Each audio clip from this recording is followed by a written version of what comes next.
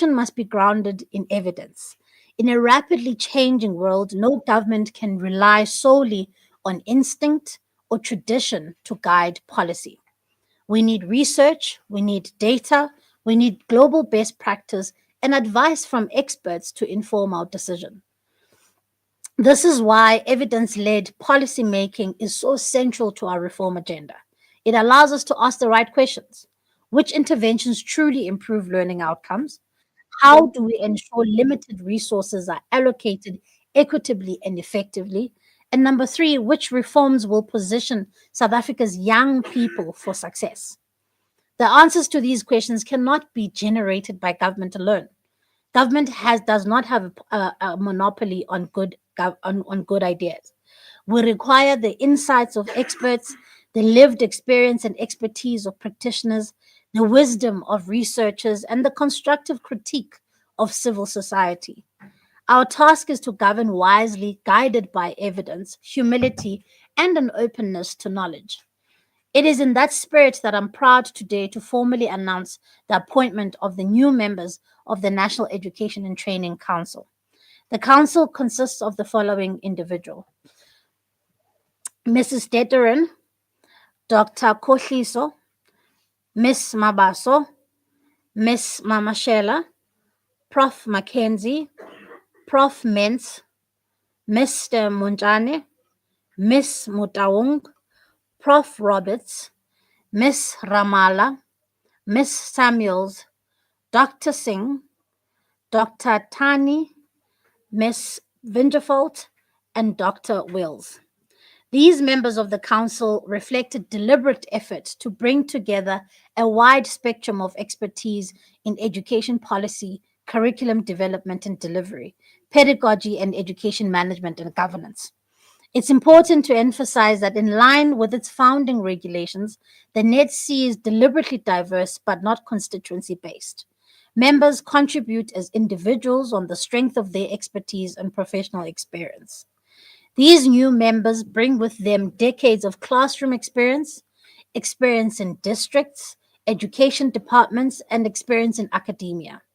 Some bring with them expertise on how technology can improve the quality of teaching and learning, while others have expertise in data collection and analysis across a range of topics, including education economics.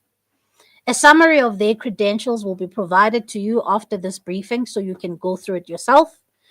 This council is deliberately diverse because our education system is diverse.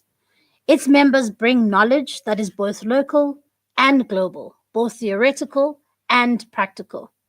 The council was established and is governed in terms of the regulations promulgated in 2009 in terms of the National Education Policy Act of 1996.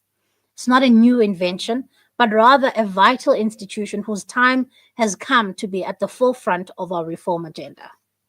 Despite its establishment by law, this is the first time the Council has been activated and operational. In terms of its mandate, the Council is tasked with advice to the Minister on policy matters under Section 3 of the National Education Policy Act, provide inputs on draft national education policy, and report annually to the Minister on its activities. The Council is not a decision-making body. Its role is advisory. Its strength lies in its independence, its depth of expertise, and its ability to enrich our policy making with fresh, rigorous analysis of available evidence. Furthermore, I'm requesting this advisory body to provide me with suggested implementation plan for each of the recommendations that they make. This will ensure that the solutions are not abstract, but rather firmly grounded in the realities of our resource-constrained environment. I must stress that the NETC does not replace existing statutory bodies, such as the Council of Education Ministers or the Head of Education Departments Committee, nor does it usurp the constitutional and legislative powers of government.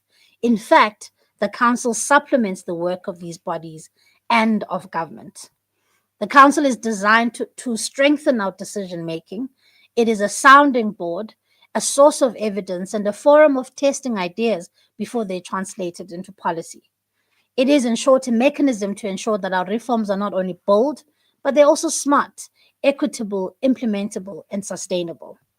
I wish to thank all the organizations who have submitted nominations during our public call for nominations. We received a total of 119 nominations, a testament to the significance of this council.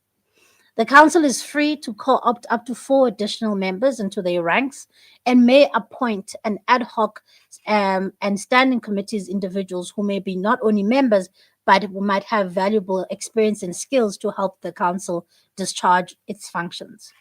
I would like to encourage all of those who are nominated to remain available to assist the NETSI with its work when called upon. Ladies and gentlemen, I wish to be clear about the immediate priorities that I've asked the Council to advise me on. These priorities are not abstract, but they are rooted in the urgent challenges facing our schools. Number one, the reviewing of the current school resourcing model. The current school resourcing system is rooted in national norms and standards for school funding and a quintile model, and has achieved much in directing resources towards poorer schools. Yet serious challenges remain. Too many schools face misclassifications, inadequate per learner allocations, and unpredictable procurement of learning and teaching support material.